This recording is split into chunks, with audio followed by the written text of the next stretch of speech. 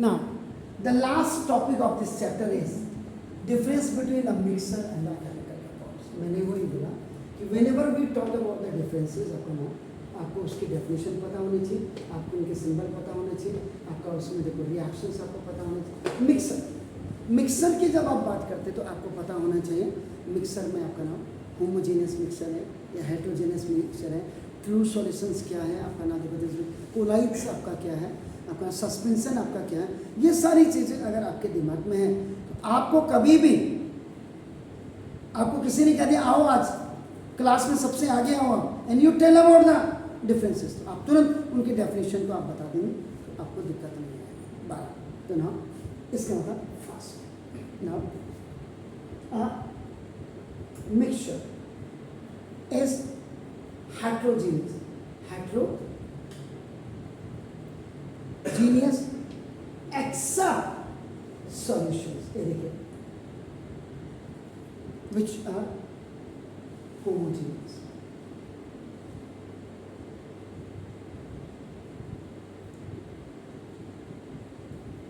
Mixture आपका हमेशा heterogeneous होते हैं।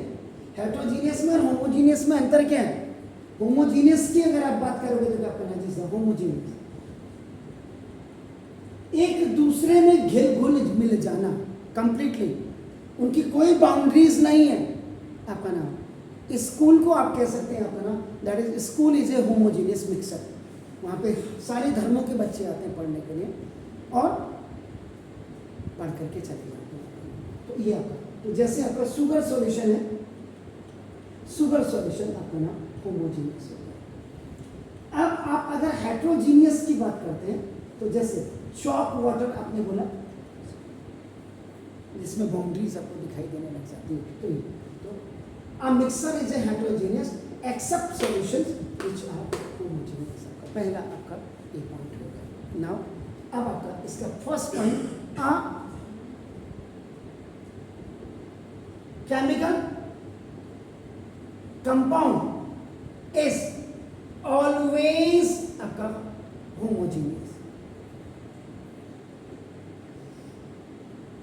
केमिकल कंपाउंड आपका हमेशा जब एक दूसरे में फिक्स प्रोपोर्शन में मिल जाएंगे तो आपका नाम वो केमिकल कंपाउंड आपका बनेगा।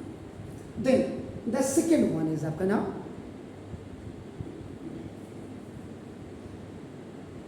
The components of a mixture.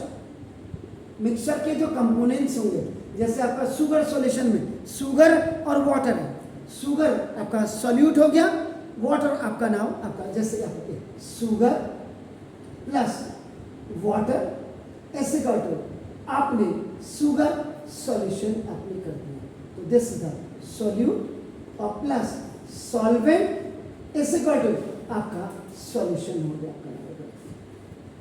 तो a component of a mixture may be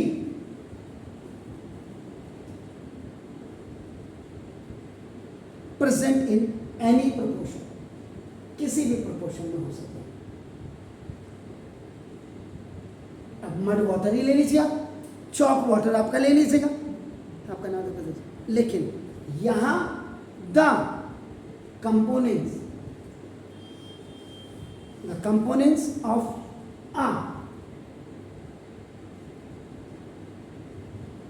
compound are present in fixed proportion। By mass हो सकता है, बाई वॉल्यूम हो सकता है। जैसे कार्बन जब ऑक्सीजन के साथ आपका रिएक्ट करेगा तो कार्बन डाइऑक्साइड बनेगा।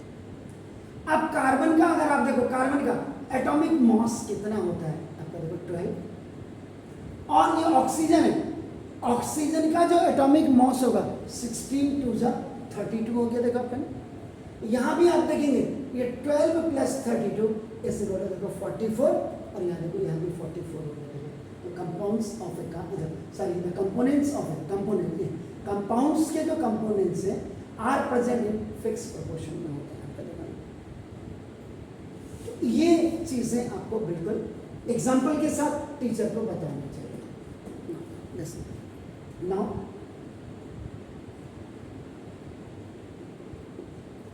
Properties of a mixture are the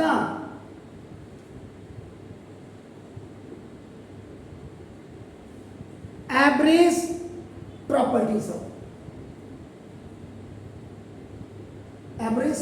of आपका दिस इज द कंपोनेंट्स आपका हो सकता है दिस। तो मिक्सर की जो प्रॉपर्टीज होती है वो एवरेज प्रॉपर्टीज होती है कंपोनेंट्स की अपना, जबकि ये अगर आप देखेंगे इसमें properties of chemical compounds are, ये आपके डिफरेंट होती है from those of the components अपन आधे को सर एलिमेंट्स। जैसे ये आपका कंपाउंड है तो इसकी जो प्रॉपर्टीज होगी ये बिल्कुल इन दोनों के साथ भिन्न भिन्न होगी, अलग अलग होगी। ये आपका कंपोनेंट एलिमेंट्स हो गया। Carbon is a component element of compound, oxygen is a component element of a compound. Fourth, the component of a mixture can be separated by simple physical method. अब जैसे आपने कहा हेट्रोजीनियस है, chalk water है, तो chalk water में से chalk को आप अलग कर सकते हैं। और फिजिकल मेथड का मतलब जैसे आपने बोला तो फिल्ट्रेशन मेथड और वाटर को आप सेपरेट कर सकते हैं। ये कहने का मतलब यहाँ पे आपका नाउ इसमें द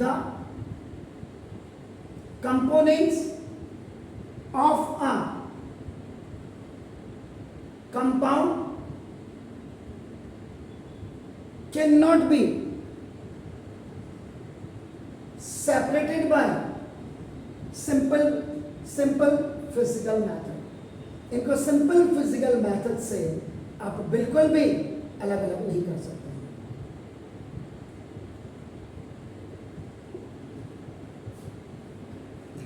एग्जाम्पल जो इसका दिया था इसमें आपको बना कार्बन डाइऑक्साइड को सेपरेट करने के लिए थोड़ा तो टाइम लगेगा, क्योंकि कार्बन को सेपरेट करना है और ऑक्सीजन को भी सेपरेट करना है। तो दिस इज नाउ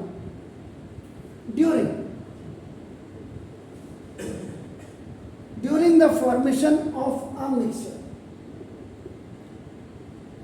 तो जब मिक्सचर की फॉर्मेशन हो रही है उस दौरान नो हीट, कोई भी ऊष्मा की जरूरत नहीं है, नो लाइट, प्रकाश की कोई जरूरत नहीं है। आपका नाम इज एब्जॉर्ब्ड और इवॉल्व। इसमें ना तो आपका एक्सोथर्मिक होती है ना एंडोथर्मिक रिएक्शन होती है, लेकिन इसमें आपका नाम रिएक्शंस होती है। अगर आप देखेंगे जब हमने कार्बन डाइऑक्साइड गैस बनाई थी तो उसमें आपका नाम देखो this is a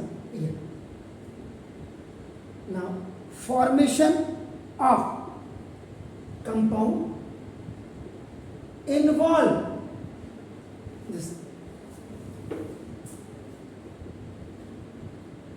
involves the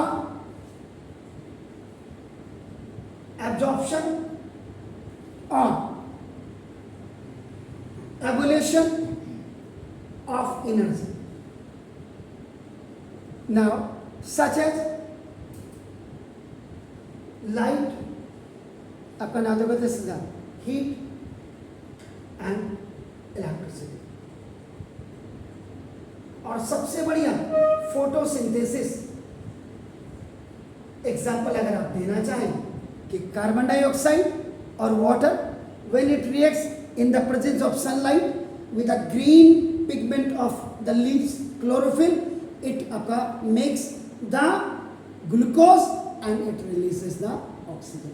इसका आप लिख सकते हैं यहाँ पे कि इसका इस वाले इसके नीचे लिख दीजिएगा, देखो कार्बन डाइऑक्साइड जो हमने छोड़ी ना रूट्स ने पानी लिया, आपका देखो जमीन से आपका, जब सूरज की रोशनी में इन द प्रेजेंस ऑफ सनलाइट जो ग्रीन लीव्स के आपका पिगमेंट होता है क्लोरोफिल, तो ये आपका क्या बनाएंगे, ये आपका बनेगा C6H12O6, यानी कि पहले अपना खाना बनाएंगे।